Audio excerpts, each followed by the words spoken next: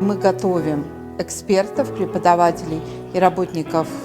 Тарагиров университета, чтобы они могли выступать в роли модераторов и в роли сборщиков и проводить форсайты на разнообразные темы, как